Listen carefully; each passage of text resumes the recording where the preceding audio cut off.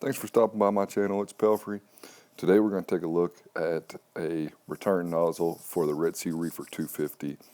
Initially, I made a return nozzle out of 1/2-inch Loc-Line that with some Teflon tape can work with the Red Sea Reefer.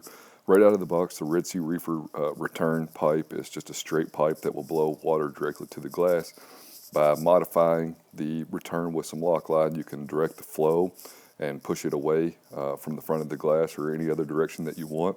So like I said, it's 1/2-inch Loc-Line with a 1/2-inch adapter that's threaded with just some Teflon tape.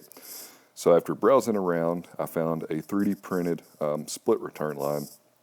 And if you ever watch my videos, you know how I like to change things up, you know how I like to try new things. So I decided I would give this a try for a couple different reasons. Number one, the Loc-Line return nozzle is just pretty long, and it is doing a pretty good job of shading some of the corals. So, you know, I could have easily pulled out one of the links on the Loc-Line return nozzle, but I decided to pick up this 3D printed split nozzle and give it a try. I really didn't have any expectations. Said, well, why not? You know, let's pick this up and throw it on the tank and see what happens. So here you can kind of see the shading on that purple and green hammer there. That is due to the Loc-Line just being a little bit too long, basically. And at this point, you can see the size difference. The Loc-Line return nozzle is off of the tank, and it's next to the 3D printed return nozzle.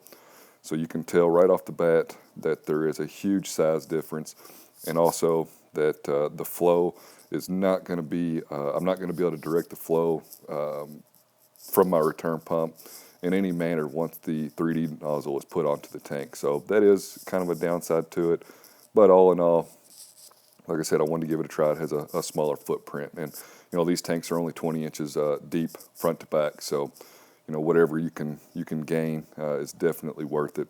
So by default, like I said, the Red Sea Reefer has just a straight return nozzle, and the 3D printed nozzle you can see here was just a little loose. So you know, it was going to take a small modification to get it to fit in there snugly. There's no way that you could just press this in there, turn on your return pump without it pressing that nozzle out. I did not try it, but I knew that there was just way too much play in there and that it would not stay there. So I knew that I would have to take some action and get some Teflon tape and try to get it into the Red Sea Reefer return. Now the return nozzle coming out of the standpipe does have some play in it. You can move it in a circle, not a full circle, but you do have a little bit of control over the direction, but not a whole lot, not like the Loc-Line where you can actually point it. And a lot of people don't use the return pump as a flow, so they use pumps for that, so that's not really a concern of mine. Now here you can see that with the Loc-Line off of the tank, the shading has been completely eliminated. I was going to say minimized, but you can see here that it's been eliminated due to the smaller footprint of the new nozzle. So now let's get into my opinion of the Loc-Line versus the 3D printed nozzle. At this point you can see that the 3D printed nozzle is in a couple different pieces, and it is junk. It is very thin, and I can't really blame maybe anybody but myself. Any amount of force on this thing, it cracks. So right off the bat, one of the split returns, I barely put any pressure on it and it cracked. And after I put tape on it to insert it into the tank, the rest of it had cracked and broken off. So to eliminate this, what I ended up doing was just pulling some of the links off of the Loc-Line and just making the Loc-Line return shorter so that it would not affect the lighting in my tank. All in all, what I should have done from the get-go is just modify the Loc-Line, left the 3D printed piece alone, and save my money. Would I do it again? Absolutely. Now I know 3D printed pieces just aren't for me, and maybe there are different vendors out there that make a thicker nozzle, but it's worth mentioning that if you get a 3D printed piece, just be very careful with it because they are very, very brittle. So this is a lesson learned on my part. It was a relatively cheap lesson to learn, but I want to share this with you all. So if you're thinking about going in this direction, you kind of have an expectation going into it.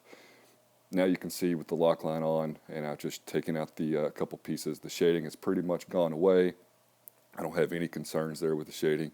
Like I said, I should have just saved my money, pulled off the Loc-Line. I didn't use any tools or anything to remove or snap the Loc-Line in. With a little bit of force, you can remove these pieces and snap them back in. Now, I say a little bit of force. It takes a lot of force actually compared to the minimum amount of force that I pushed on the 3D piece, and it shattered. So, needless to say, the 3D piece went into the garbage.